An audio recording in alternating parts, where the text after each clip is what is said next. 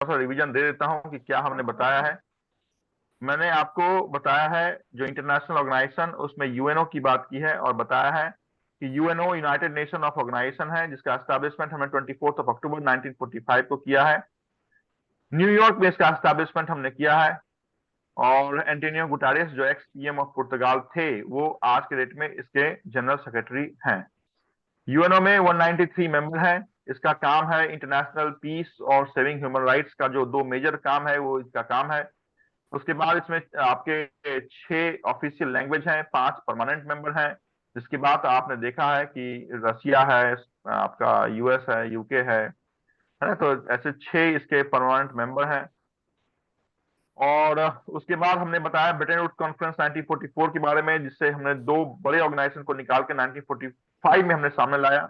एक का नाम दिया हमने आईएमएफ, इंटरनेशनल मॉनेटरी फंड। दूसरा का नाम दिया हमने आईएफ, वर्ल्ड बैंक, है ना।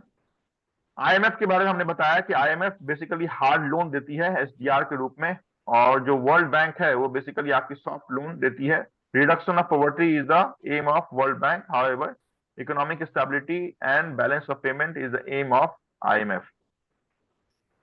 वर्ल्ड बैंक के 3 जो बड़े भाग हैं, उसमें IBRD, International Bank for Reconstruction and Development है। उसके बाद आपकी आईडी है, इंटरनेशनल डेवलपमेंट एसोसिएशन है। आईएफसी है, इंटरनेशनल फाइनेंस कॉर्पोरेशन है। इसमें अलग अलग इसके मेंबर हैं। 189 आईबीआरडी से शुरू होता है, तो आपको याद रखना है। अजय बंगा साहब इसके चीफ हैं। आईएमएफ इसकी हेडक्वार्टर और वर्ल्ड बैंक की हेडक्वार्टर, दोनों की हेडक्वार्टर आपकी वॉशिंगटन डीसी में है। तो IMF international monetary fund SDR के रूप में हमने बता दिया है। क्रिस्टिना जॉर्जिवा इसकी चीफ के रूप में आज के डेट में काम कर रही हैं। 190 इसके क्या है तो मेंबर हैं।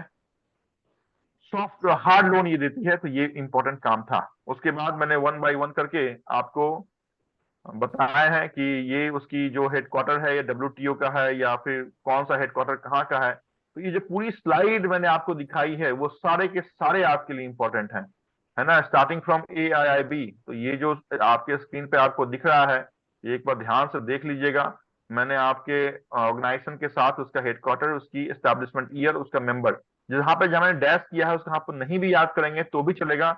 लेकिन जहां पे मैंने अगर एस्टैब्लिशमेंट ईयर लिख दिया या मेंबर लिख दिए हैं, वो आपको याद करना है। खासकर ब्रिक्स, ब्रिक्स जो पहले 5 मेंबर थे, उनके लेटर के आधार पर उनके मेंबर की शुरुआत थी। आज के डेट में 1 जनवरी 2024 से वो 9 मेंबर हो चुके हैं। वो बहुत इंपॉर्टेंट है। तो न सिर्फ वॉशिंगटन डीसी में देखिए कितने हैं। जेनेवा तो कह सकते हैं आपके हेडक्वार्टर का एक खदान है। WTO, ILO, अनटेड, वीपो, red cross, ISO, UNHCR, WHO, WEF, WMO, international telecom, सबका हेडक्वार्टर जेनेवा। जेनेवा बल्क है, तो जेनेवा बहुत इंपॉर्टेंट है। उसके बाद जो हेडक्वार्टर आप देख रहे हैं, लंदन में आपकी 3 हेडक्वार्टर है। तो जो भी हेडक्वार्टर हमने दिखा, स्विफ्ट का हेडक्वार्टर ब्रुसेल्स में है, NATO EU ब्रुसेल्स में है। ये सारे हेडक्वार्टर आपके लिए इंपॉर्टेंट है। नेक्स्ट क्लास जब हमारी मुलाकात होगी, तो इस हेडक्वार्टर और इस इंटरनेशनल ऑर्गेनाइजेशन के बाद की बात हम आपके साथ